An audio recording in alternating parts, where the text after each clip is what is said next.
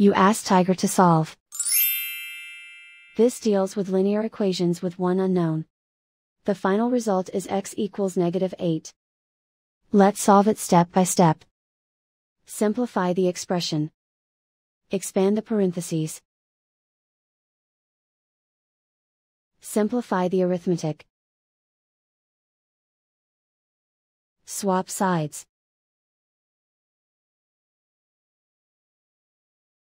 Group all constants on the right side of the equation.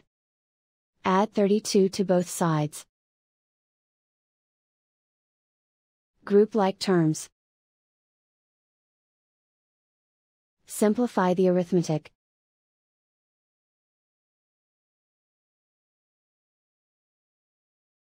Isolate the x. Divide both sides by 8. Simplify the fraction.